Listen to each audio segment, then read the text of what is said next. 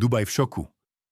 Luxusným rezortom Palm Jumeirah otriasla silná explózia. Nad ikonickým hotelom Fairmont sa vzniesol hustý čierny dym a očití svedkovia hovoria o rane, ktorú bolo počuť kilometre ďaleko. Hoci sa pôvodne špekulovalo o požiari priamo v hoteli, realita je zrejme oveľa vážnejšia. Podľa britskej Sky News mali priamo pred rezort dopadnúť trosky rakety. Zdá sa, že protivzdušná obrana ju zneškodnila tesne nad hlavami dovolenkujúcich turistov a celebrít. Prečo práve Dubaj? Napätie v Perskom zálive nebezpečne graduje.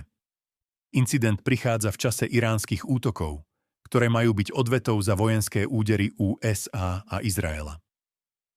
Raj bohatých a slávnych sa tak nečakane ocitol priamo v centre geopolitického konfliktu. Na mieste aktuálne zasahujú záchranné zložky. Rozsah škôd zatiaľ nie je oficiálne potvrdený, no bezpečnosť v celých Emirátoch bola okamžite posilnená. Je tento bezpečný prístav v skutočnom ohrození?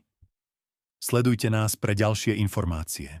Viac sa dozvieš na plenum.sk. Tak klikni.